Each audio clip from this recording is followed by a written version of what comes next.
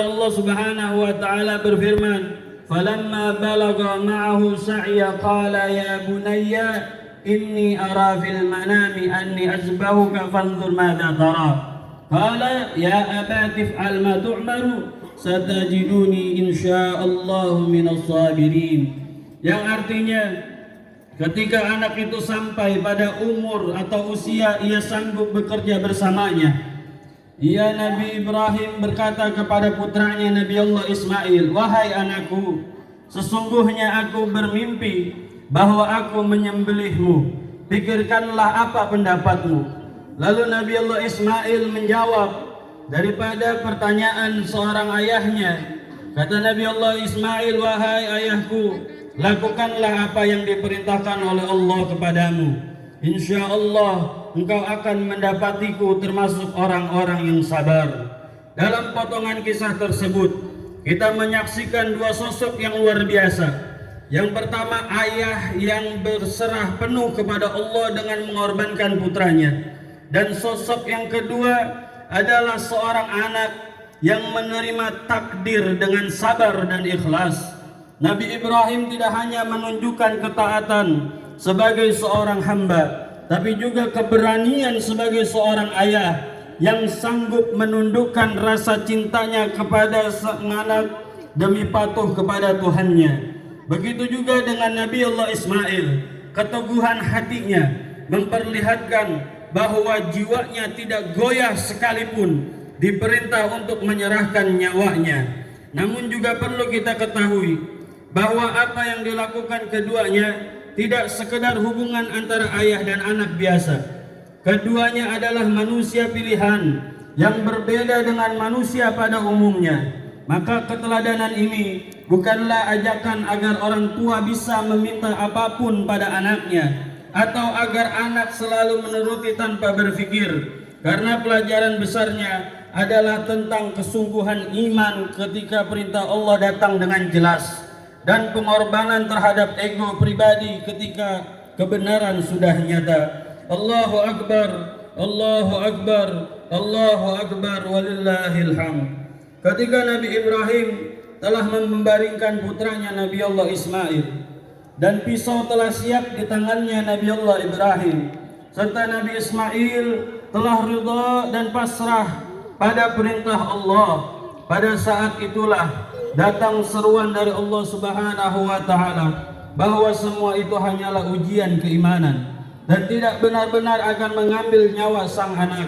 Kemudian Allah menggantikan Nabi Allah Ismail dengan seekor hewan sembelihan yang agung, sebagaimana Allah Subhanahu wa taala menyatakan di dalam firman-Nya, "Qad sadaqta ru'ya, inna kadzalika najzil muhsinin, inna hadza lahuwal bala'ul mubin, wa fadainahu bidzibhin azim." Yang artinya, sungguh engkau telah membenarkan mimpi itu. Sesungguhnya demikianlah kami memberi balasan kepada orang-orang yang berbuat kebaikan. Sesungguhnya ini benar-benar suatu ujian yang nyata. Kami menebusnya dengan seekor sembelihan yang besar. Inilah ruh dari perayaan Idul Adha yang setiap tahunnya kita rayakan, yaitu tunduk patuh dan menerima pada apa yang telah Allah tetapkan, sebagaimana yang tercemin dari diri Nabi Ibrahim alaihissalam, serta ikhlas dan sabar sebagaimana dalam diri Nabi Allah Ismail alaihissalam. Nabi Allah Ibrahim tidak hanya semata menyembelih, tapi melepas rasa kepemilikan yang berlebihan, menyembelih ego, menyembelih rasa takut yang menghalanginya dari total patuh kepada Allah Subhanahu wa taala. Lantas, apa pelajaran yang bisa kita ambil dari kisah ini? Pelajarannya adalah menerima terhadap semua takdir dan ketentuan Allah dengan ikhlas dan percaya bahwa semua itu benar-benar yang terbaik bagi kita semua, tanpa mengeluh, tanpa marah, dan tanpa memberontak. Karena ketika Nabi Allah Ibrahim dan Nabi Ismail pasrah dan menerima semuanya, apa yang terjadi? Allah memberikan ganti dari ujian tersebut dan tidak menjadikan Ismail sebagai kurban. Sebagaimana seorang ulama Mesir, Syekh Mutawali Asy-Sya'rawi beliau mengatakan di dalam kitabnya bahwasanya peristiwa ini yaitu peristiwa daripada kisah Nabi Allah Ibrahim dan Nabi Allah Ismail mengajarkan kepada kita bahwa jika datang suatu ketetapan dari Allah kepadamu, maka janganlah engkau gelisah, janganlah engkau marah, janganlah engkau murka, dan janganlah engkau memberontak. Karena jika engkau melakukan itu hanya akan memperpanjang masa ketetapan itu atas dirimu. Akan tetapi berserah dirilah pada ketetapan Allah. Apapun yang terjadi di dalam hidup kita, nikmatkah itu, susahkah itu, besarkah itu, kecilkah itu, apapun yang sudah menjadi ketetapan kita yang sudah ditetapkan oleh Allah, ya harus kita terima dengan lapang dada. Niscaya ketetapan itu akan diangkat, sebab suatu ketetapan tidak akan diangkat hingga diridhoi oleh yang menerima ketetapan tersebut. Barakallahu li wa lakum fil Qur'anil Karim wa nafa'ni wa iyyakum bima fihi minal ayati wa dzikril hakim wa taqabbala minni wa minkum tilawatahu innahu huwal ghafurur rahim.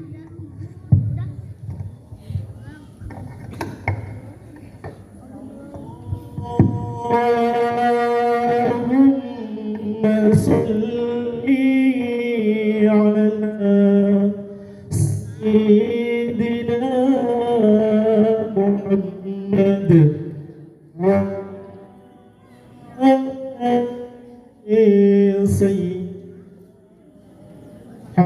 Muhammad wa ali sayyidina Muhammad. Allahumma salli ala sayyidina Muhammad wa ali sayyidina Muhammad.